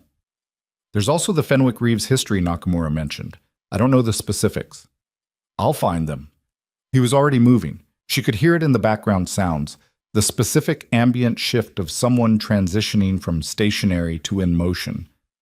Ms. Calloway, go home. I'm not going to... Go home, eat something, and keep your phone on. You've done what you need to do today. A pause. Voss would tell you the same thing. Petra stood at the window for another moment. Then she picked up her bag and walked to the elevator. She took the long route past Isolation Ward B. Suarez was in position outside the door, a cup of tea on the chair beside her, a clinical observation form on her clipboard. Through the reinforced window, Petra could see Ranger lying near the door, the same position he'd held when Mara left, as close to the threshold as the room allowed. His breathing was visible and slow. His eyes were closed. Suarez glanced up, nodded at Petra. Petra nodded back and kept walking. He tipped. The board meeting started at 8, and Petra knew nothing about what happened inside it until 10:23, when Daniels called. She was at her kitchen table with actual food in front of her for the first time since 6 that morning, her phone face up beside the plate. She'd showered, changed, done all the ordinary things that felt slightly unreal after a day like the one she'd had. The domestic continuity of a life proceeding normally around an event that had not been normal. She answered on the first ring. Olson withdrew the board challenge, Daniels said, at approximately 9:40. The meeting adjourned. Petra set down her fork. Why? Colonel Harwick addressed the board directly at 8:30, laid out the federal standing of the military case file, confirmed that any board action to override the revocation would constitute interference with an active military welfare investigation. A pause. He was characteristically persuasive. And Fenwick? Doctor. Fenwick reviewed the documentation, asked 2 procedural questions, received answers he couldn't argue with, and declined to enter a formal objection. Daniels's voice was even. Nakamura's disclosure arrived at 7:50. It was comprehensive. Something in Petra's chest loosened that she hadn't realized had been tight since the parking lot. Olson? She asked. Withdrew voluntarily. At this point, the investigation is in military custody, and any further interference on his part would carry federal implications he's not interested in. A brief pause. His legal counsel was apparently very clear with him about that. Is it over? Daniels was quiet for a moment, the particular quiet of someone choosing precision over speed.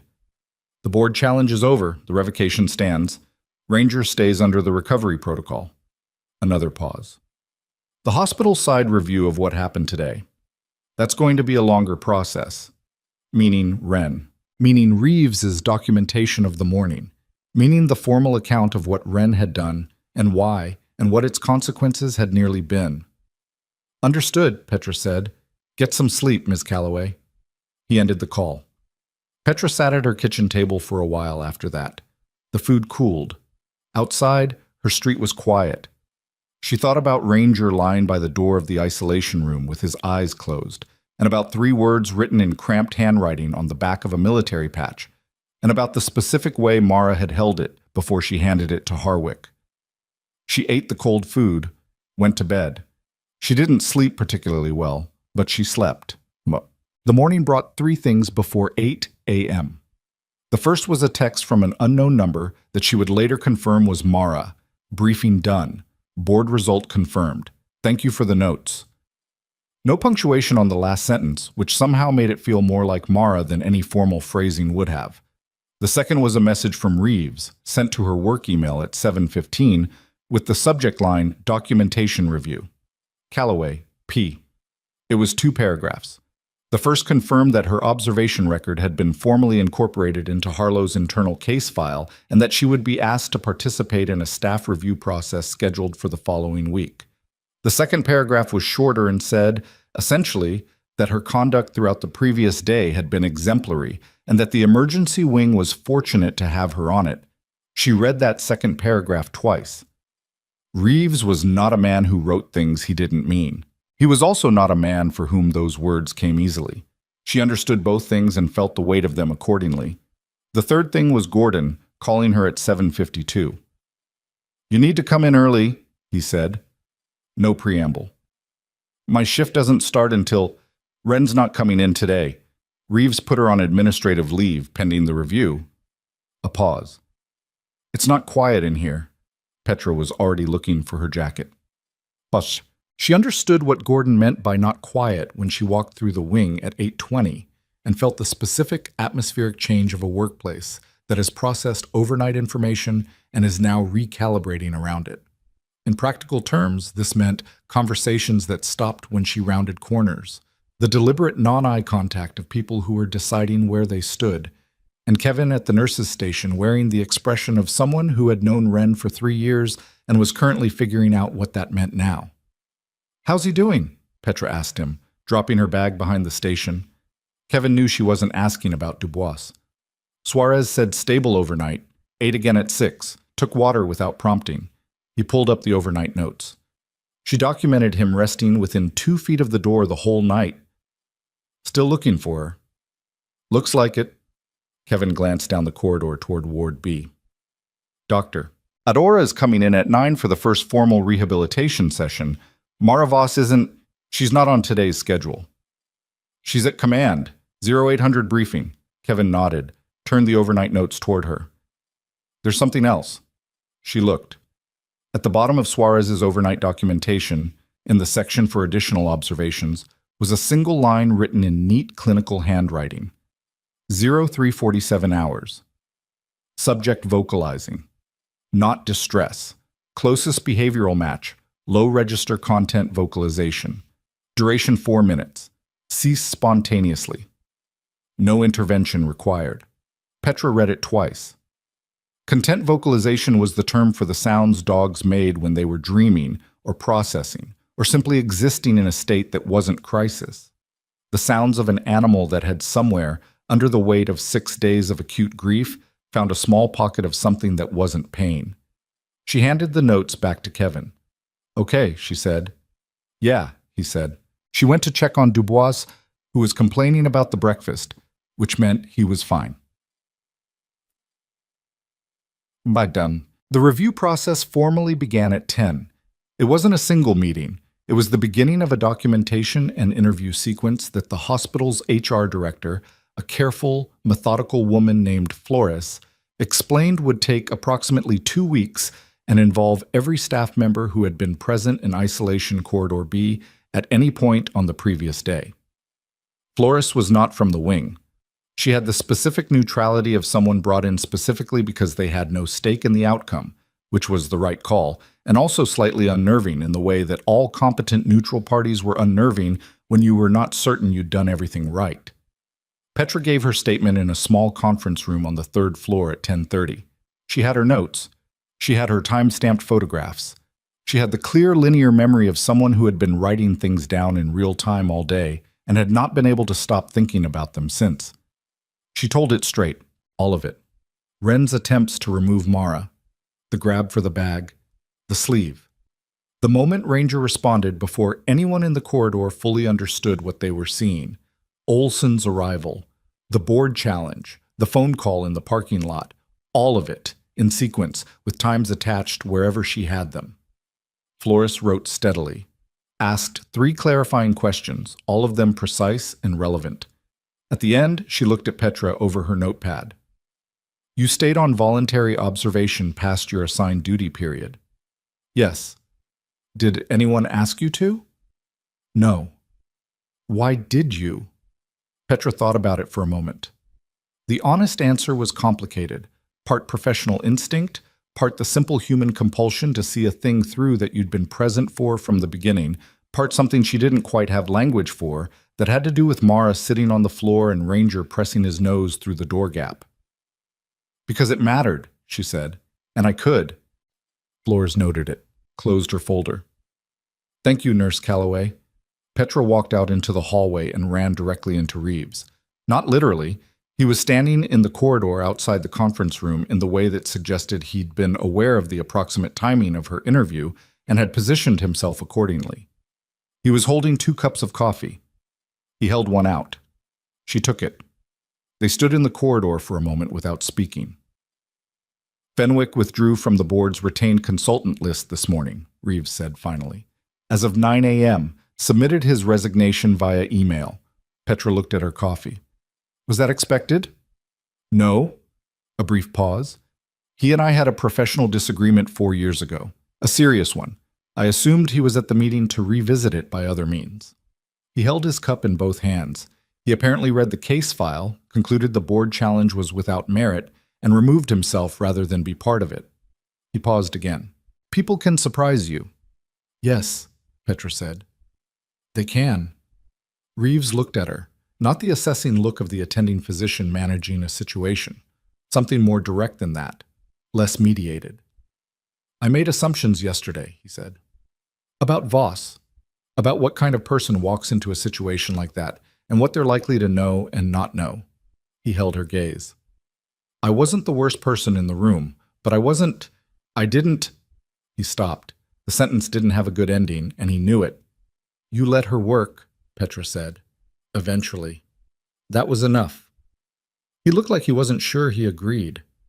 The board of a former patient is looking into filing a complaint against Olson personally for misuse of board authority in the service of personal liability management. He set it to his coffee cup. That's not connected to anything I did or didn't do. It's a separate process. But I thought you should know. Petra nodded. And Nakamura's leave is pending the review. Whatever comes out of that process, I'm not predetermining it. He looked up. But the record is the record. Yes, Petra said. It is. He nodded. Walked back toward the wing.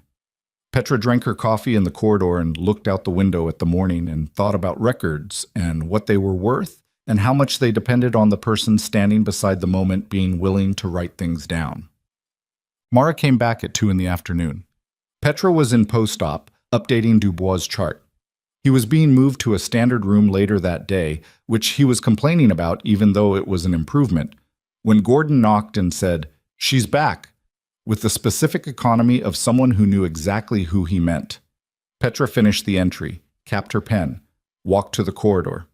Mara was not in her gray jacket today. She was in civilian clothes, different ones, dark pants, a plain blue shirt, her hair down.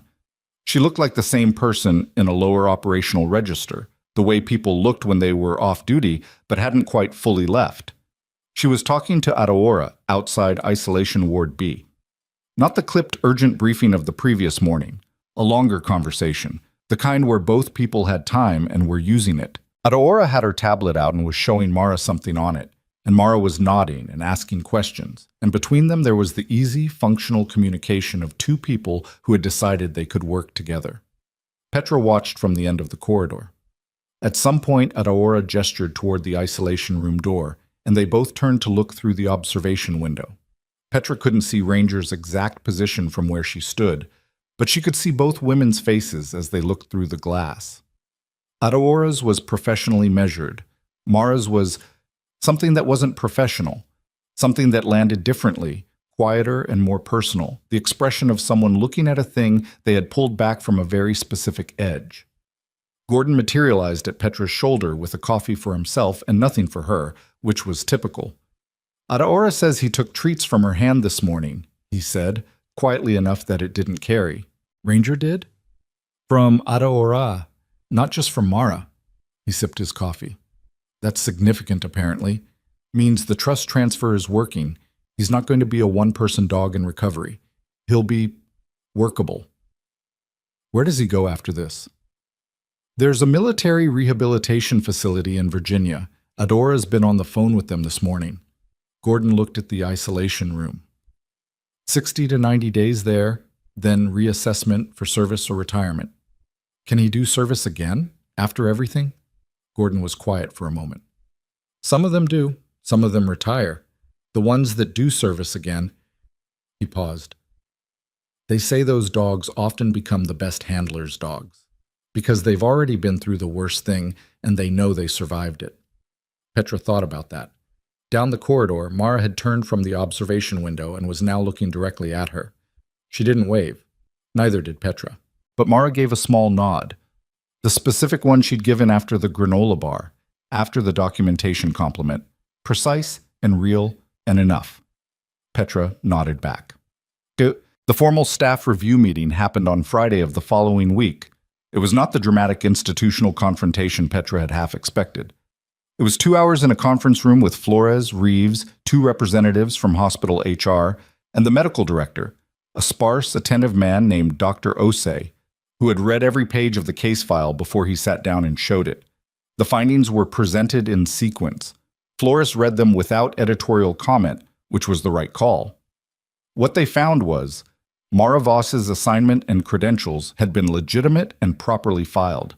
The credential gap reflecting sealed military service records accessed only upon formal military inquiry. Her methods, while outside standard protocol, had been clinically effective and were supported by subsequent veterinary assessment.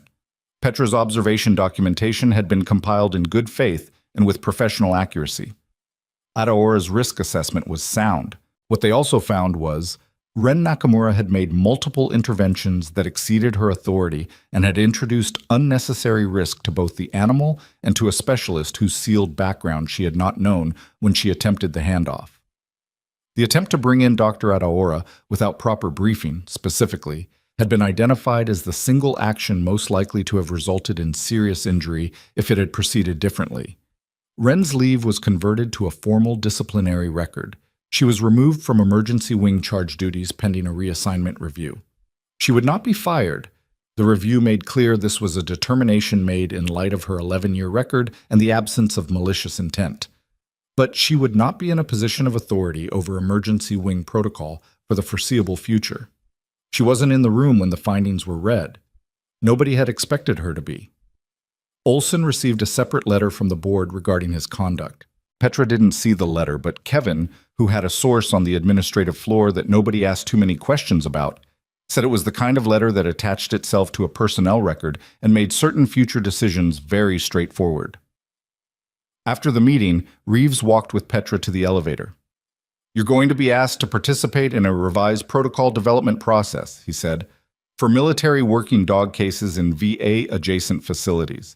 He pushed the elevator button. "It'll take time.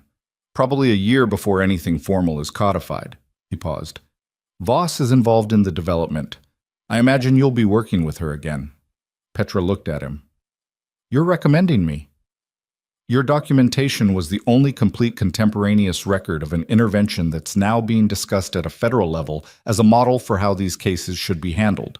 He said it evenly. "It's not a recommendation, it's a fact about what you did." The elevator opened. "Dr. Reeves," Petra said. He looked at her. "What was in the sealed file?" He held the elevator door. A long pause. The pause of someone deciding how much to say about something they'd been carrying for a week. 7 years, he said. 4 overseas deployments. Combat trauma specialist embedded with K-9 and special operations units.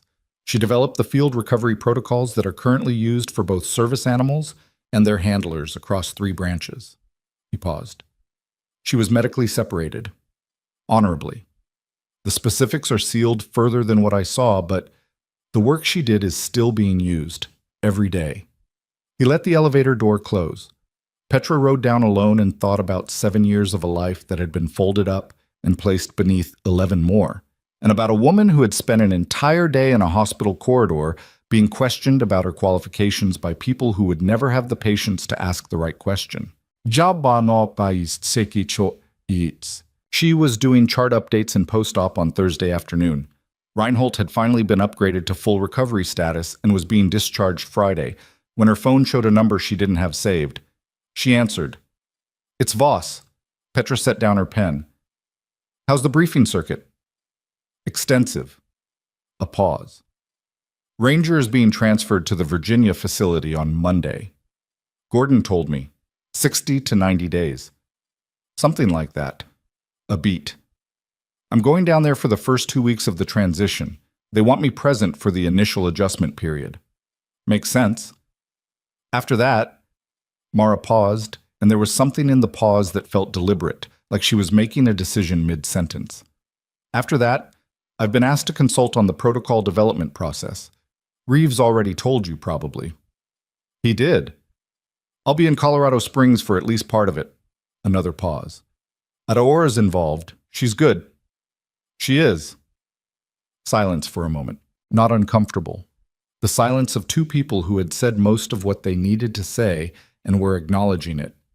Your notes were good, Mara said. I mean that. Not just useful. Actually well written. You're the second person in a week to compliment my documentation. Get used to it. They're going to be referenced in federal training materials. A dry note in her voice that might have been the closest thing to humor Petra had heard from her. Your name on a federal training document. Worse fates. Considerably, Petra agreed. The line was quiet for another second. The patch, Mara said. And the register changed just slightly, the professional tone dropping a half step into something that didn't have a clinical name. Harwick made the call to Corporal Varga's family, his mother, last Tuesday night. How did she take it? She asked to see Ranger, eventually, when he's further along in recovery. A brief pause. Harwick thinks it's a good idea. So do I.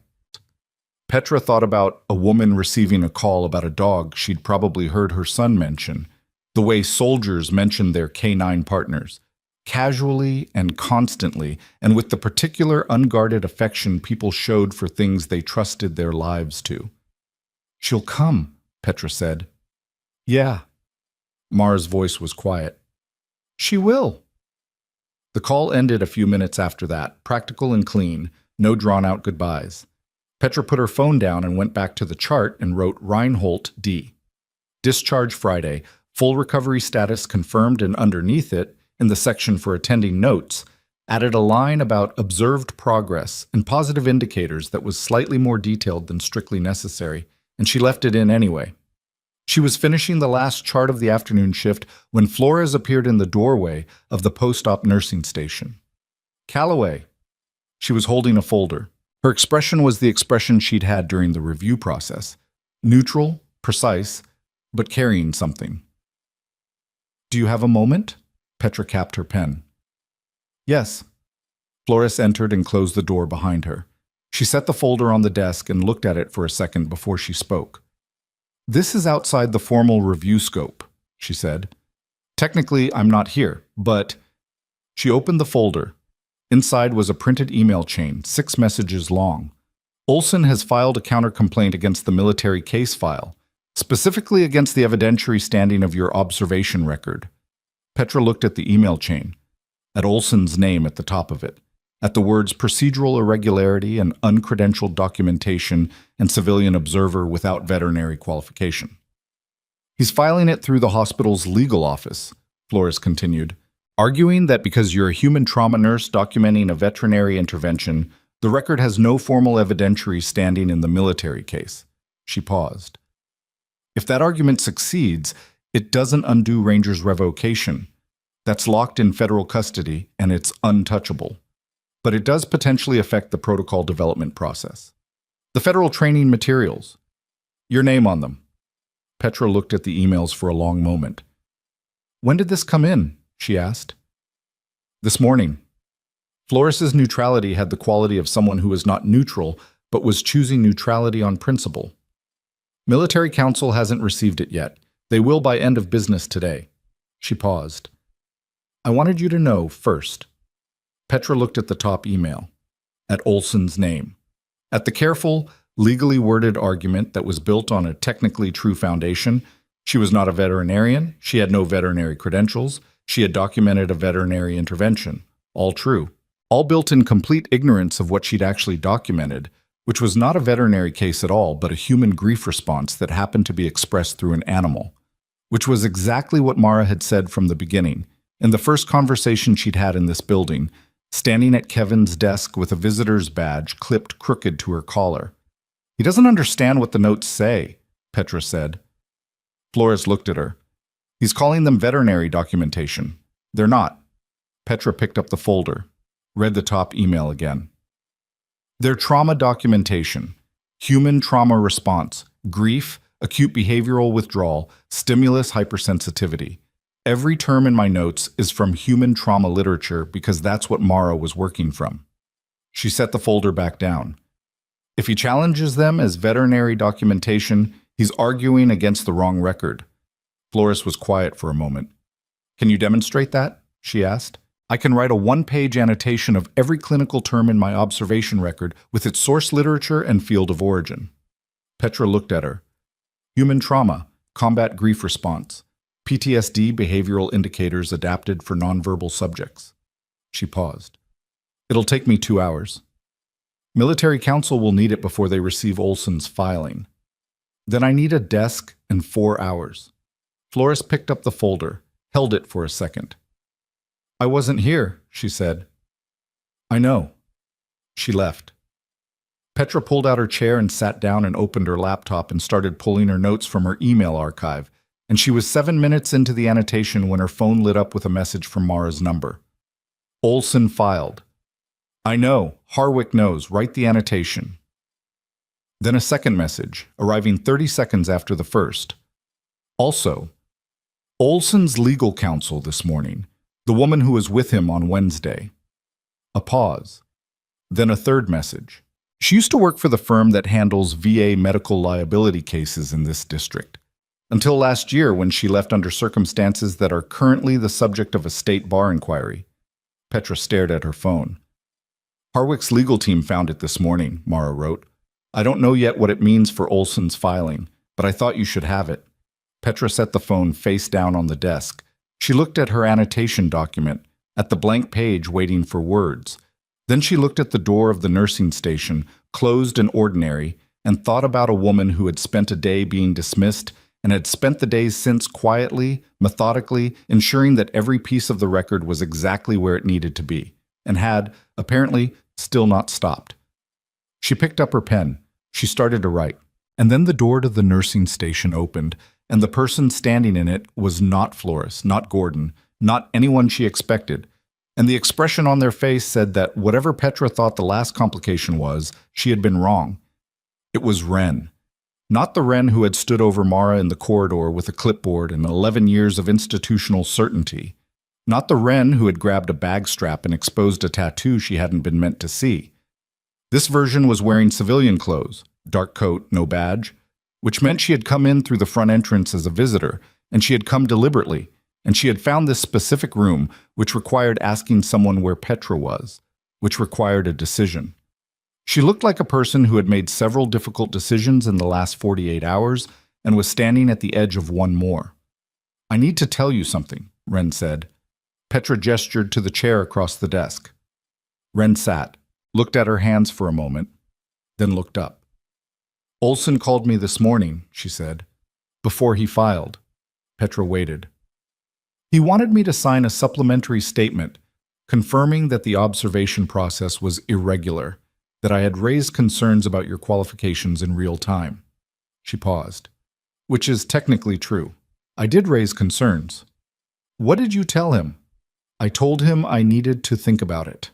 Wren looked at the desk. And then I drove here instead. Petra looked at her carefully. Wren was not comfortable. Discomfort was not something she wore naturally, and it showed. She sat with the residual posture of someone who had spent years being the authority in a room and was now occupying a chair in someone else's space, and couldn't quite resolve the contradiction. He told me his legal counsel had identified a procedural argument that would separate your documentation from the military case file, Wren continued. He said it was clean, that it wouldn't affect Ranger's revocation, but it would... She stopped. He made it sound like a technicality. Administrative housekeeping. It's not a technicality, Petra said. It's an attempt to invalidate the evidentiary foundation for the federal protocol development process, which would set back standardized care for military working dogs in VA-adjacent facilities by, I don't know how long, years possibly. Wren was quiet. He's not trying to save the hospital from liability, Petra said. He's trying to limit the exposure of the specific decisions he made last week. The board challenge, the attempt to override the committee ruling. If the federal record doesn't hold, the investigation into his conduct has less to stand on. Wren said it flatly, like she'd already worked it out. and had come here because she needed to say it out loud to someone who would confirm the calculation. I know. Did you sign the statement? No. She held Petra's eyes. I came here instead. Petra looked at her annotation document on the laptop screen, at the half-written first paragraph. Then she looked at Ren. I'm writing a technical annotation of my observation record, establishing that every clinical term in it is sourced from human trauma literature, not veterinary. It would take 2 hours alone. She paused. You were a charge nurse for 11 years. You know the literature. Ren looked at the screen. Something moved across her face, recognition, and then the particular weight of someone understanding exactly what they were being asked and why they were being asked it. An hour, Ren said, with 2 of us. 50 minutes if we're efficient. Ren took off her coat and hung it on the back of the chair, then stopped talking. They finished the annotation in 47 minutes. It was not a comfortable collaboration. There were 2 moments when they disagreed on specific sourcing, and 1 moment when Ren corrected a citation that Petra had referenced from memory and gotten slightly wrong. And the way she said the Whitmore-Sally's framework, not Whitmore-Jensen. Their different papers was exactly the clipped professional voice that had stood over Mara in the corridor, but pointed, this time, in the right direction.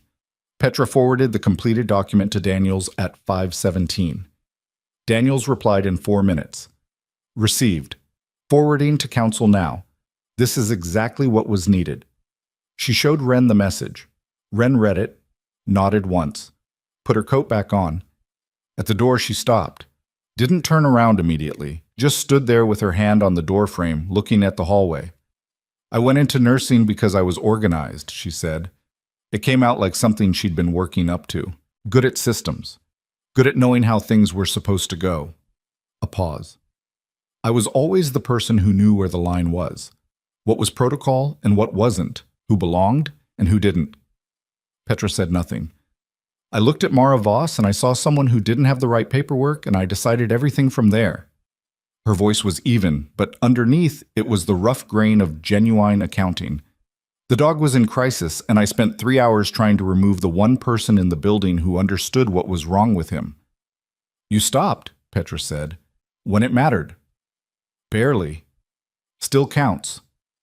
Ren turned then, looked at Petra with the particular expression of someone who hadn't been offered that kind of uncomplicated acknowledgement in a while and wasn't sure what to do with it. The review board, she said. My reassignment. I'm not fighting it. I know. I think that's... She paused. I think that's probably the most honest thing I've done all week. She left. The door closed quietly. Petra sat for a moment in the empty room. Then she opened a new document and started writing up her own account of the last 10 days. Not for any formal process, just for herself. The kind of writing you did to close something out, to put it in language you could hold still and look at. She wrote 2 paragraphs and stopped. It wasn't ready yet. Some things needed more distance before language could hold them. She saved it and closed the laptop. Olson's filing was formally rejected 6 days later.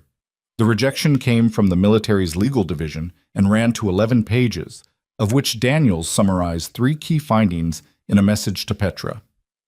The observation record had been correctly classified as human behavioral trauma documentation and fell within the scope of clinical nursing competency. The challenge itself had been found to constitute an interference attempt against an active military welfare investigation, and the record of Olson's conduct over the relevant 10-day period, the board challenge, the legal counsel's bar inquiry, the attempted solicitation of staff testimony, had been referred to the state medical board for review of his hospital board membership. The last part had not been in Harwick's original scope of action. It had, Daniels mentioned in a brief follow-up call, emerged as a natural consequence of the full picture. Petra read the summary at the nursing station on a Tuesday morning while Kevin was updating the shift board and Gordon was eating an apple at the far end of the counter. She read it twice, folded it, put it in her bag, and went to check on her patients. Dubois had been discharged. Reinhold had been transferred to outpatient follow-up. She had new patients. The work continued, the way work always continued, imperfectly, incompletely, with new problems arriving before the old ones were fully resolved. But the record was the record. And Olson, who had built an 11-page argument on the idea that a nurse's documentation didn't count, was now the subject of an 11-page rejection that would be attached to his professional record for as long as that record existed.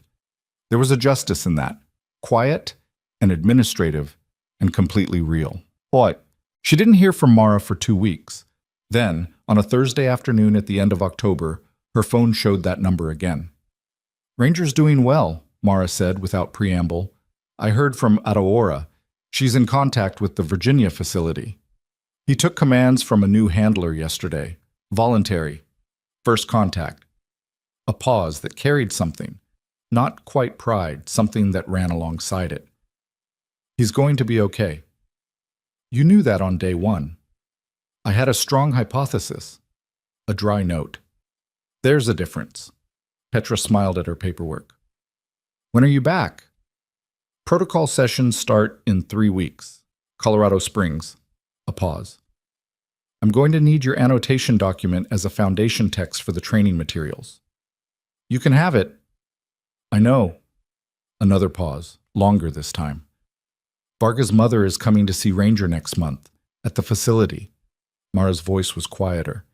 She asked if she could bring something, a photo, of him and Ranger together early on. Petra thought about a woman looking through photographs of her son, finding one where he was 20-something and grinning, with a dog that trusted him completely. "That'll be good for both of them," she said. "Yeah." A beat. "Yeah, it will." The call ended the way their calls ended. Practical, clean, no performance of warmth that didn't already exist between the lines of everything they'd said. The protocol development sessions ran for 7 weeks. They met in a conference room at a VA liaison office 3 blocks from the hospital, a rotating group that included Mara, Aurora, Petra, 2 military K-9 welfare officers, a trauma psychiatrist named Dr. Eve Mensa, who worked with veterans and had been studying animal-human grief bonds for 12 years, and Reeves, who attended every session and said less than anyone, and whose notes, Petra observed, were the most detailed in the room. The work was slow. Real work was always slow. They argued about language and classification and scope, and what qualified as a cross-trained intervention and what didn't, and Mensa made them rewrite the grief response section 3 times before he was satisfied. And Aurora's clinical precision regularly caught things that everyone else had glossed over. Mara ran the sessions the way she'd run the isolation room, without visible effort, without dominance, just with a steady, patient insistence on getting it right that wore down shortcuts and assumptions the same way water wore down stone. On the 4th week, they reached the section on observer documentation, on who could compile a clinical record during a non-standard intervention and what training they needed and what standards applied. Mara opened the session and set a document on the table. Petra recognized it. Her annotation, the one she'd written with Ren in 47 minutes with 2 cups of cold coffee and professional friction and something that had turned out to be necessary. "This is our source text for this section," Mara said. She looked at Petra briefly.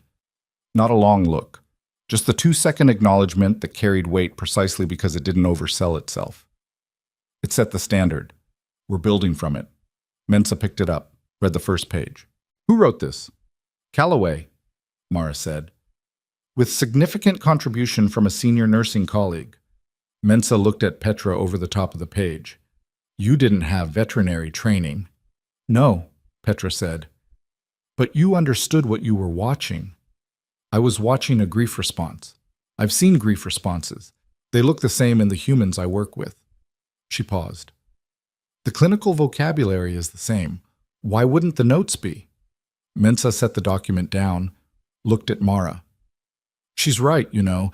This is the correct frame." He tapped the paper. "The field keeps trying to separate the animal welfare literature from the human trauma literature, and they shouldn't be separate. They were never separate." Mara looked at Petra. "I know," she said. "That's why I used it." The conversation moved on. The session continued. Petra wrote notes and argued about 2 sections and agreed with Aurora on a 3rd, and ate lunch from a box in a conference room chair at noon, and it was ordinary and unglamorous and the most purposeful she'd felt in her professional life since, she tried to remember. She couldn't identify a clear before. On the last day of sessions, Mara arrived early and set something on Petra's chair before anyone else came in. A copy of the draft protocol. The full document, 112 pages. On the cover, in the field marked contributing authors, there were 6 names. Petra Calloway, RN, Harlow Veterans Medical Center, was the 3rd one. She looked at it for a moment, at her own name in a document that would go to federal review and, if approved, into the training pipeline for every VA-adjacent facility in the Western District. It was not a dramatic moment. The fluorescent lights of the conference room were doing what fluorescent lights did. Someone down the hall was microwaving something that smelled aggressively of fish. Mara was setting up her laptop and not looking at her. 3rd, Petra said. Alphabetical, Mara said. Adora starts with A. Adora insisted on going after you, said you'd been there first. A pause. I didn't argue. Petra set the document back on the chair carefully, like it was something that warranted care. Wren should have been in this room, she said. It wasn't absolution. It was just true. She knew the literature. She helped write the annotation. The annotation is cited in the footnotes. Mara glanced at her. Her contribution is in the record. She'd hate that that's not enough. Yes.